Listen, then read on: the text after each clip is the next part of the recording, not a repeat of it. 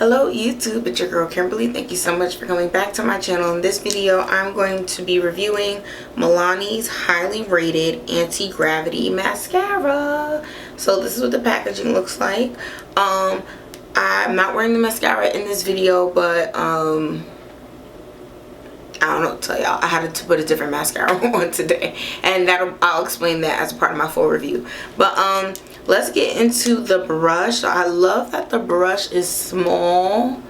So it's small and it has the little plastic bristles. There we go. You want to focus, camera? Okay, that's all we're getting.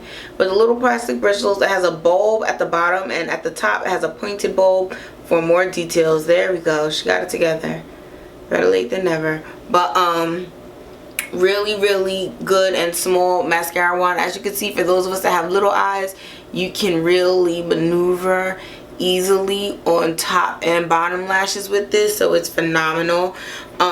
It does go on wet, the formula, but it dries down very quickly, so you don't have a lot of time to maneuver and finagle with this. So I would say I would do one eye at a time. So like coat 1, coat 2, coat 3 before I go back and forth between eyes, because once it does dry down, it's very hard to manipulate, and if your lashes are spidering, they gonna spider for the rest of the night unless you like with a eyelash comb, and we don't want to do that because then you lose real lashes. So that's another thing I don't like about it.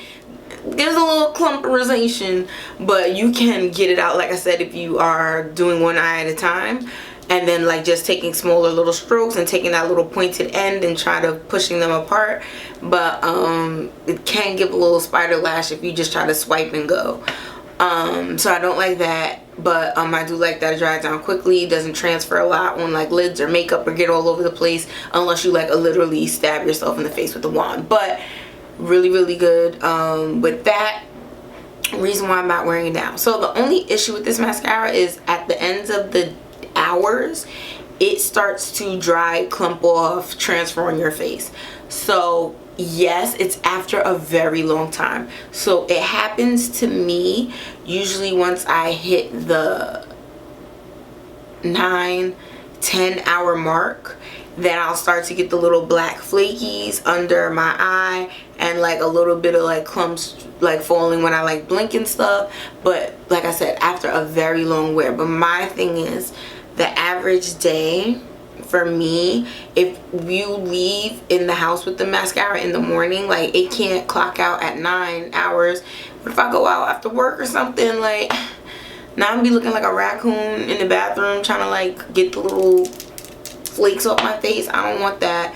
So that is my only issue with this. So I have been using it different ways. I did find I paired this with the Lancome Seals Boost Primer, and I had less issues with the dropout and the clump afterward, but it was still on my face. It took longer for it to happen, so it took 12 hours with the Lancome primer, and with on its own it usually takes 8 or 9 hours before it starts clumping up. I also noticed that it's more likely to clump if you put more layers, so it's definitely not a max stack kind of mascara. Once you get more than 2 layers, you're gonna get even more excessive drop-offs hours later. So I don't like that about it. But other than that, it's such a great mascara. It gives you volume. It gives you volume. It's gonna give you length.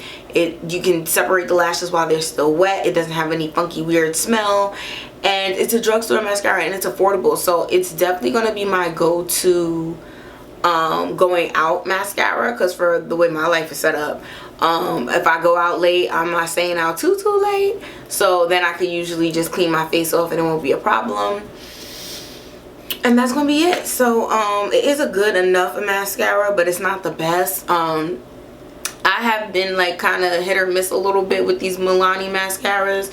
L'Oreal just knocks it out the park every time, so I'm really trying to see which one of the drugstore brands is like the next up and coming L'Oreal, you know what I'm saying?